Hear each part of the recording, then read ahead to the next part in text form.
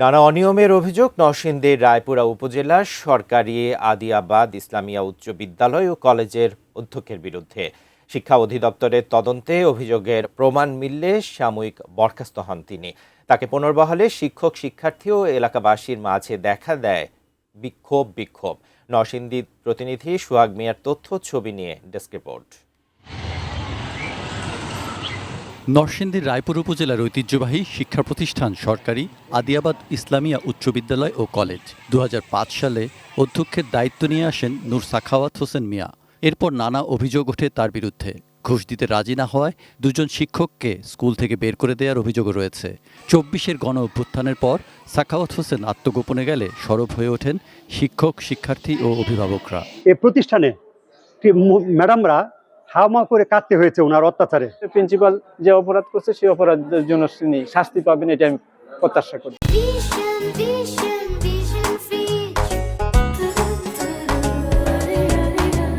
তদন্তে নামে মাধ্যমিক ও উচ্চশিক্ষা অধিদপ্তর।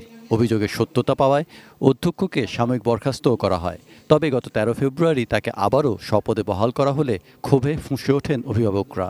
শিক্ষামন্ত্রী এমপি বরাবরে চিঠি দিয়েছেন তারা, করছেন প্রতিবাদ সমাবেশ। শিক্ষক শিক্ষিকাদেরকে নানাভাবে নির্যাতন করেন এলাকাবাসী মতো প্রিন্সিপাল দুর্নীতিবাজ প্রিন্সিপাল আমরা চাই না। এদিকে পুনর্বহাল হলেও আন্দোলনের মুখে শিক্ষা প্রতিষ্ঠানে নিয়মিত বসতে পারছেন না অধ্যক্ষ।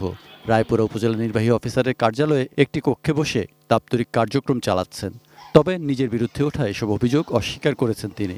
কিছু স্বার্থান্বেষী লোক তারা স্বার্থের কারণে, তাদের স্বার্থ হাসিল না করতে পারার কারণে আসলে তারা এই ধরনের অভিযোগগুলি করছে, যেগুলি তদন্তের মাধ্যমে সেটা মিথ্যা প্রমাণিত হয়েছে এবং আমি শপথে বহাল হয়েছি। শিক্ষা প্রতিষ্ঠানটি স্বাভাবিক পরিবেশ ফিরিয়ে আনতে তদন্ত সাপেক্ষে আইনগত ব্যবস্থা নেওয়ার কথা জানিয়েছেন জেলা প্রশাসক। যারা শিক্ষার্থী রয়েছে তাদের পাঠদানে যেন কোনো কিছু যেন ব্যাহত না হয়, জেলা প্রশাসন এটি যাতে সুন্দরভাবে চলে সেই বিষয়ে জেলা প্রশাসন কাজ করছে। Saikat Dasgupta, desk report, ATN news.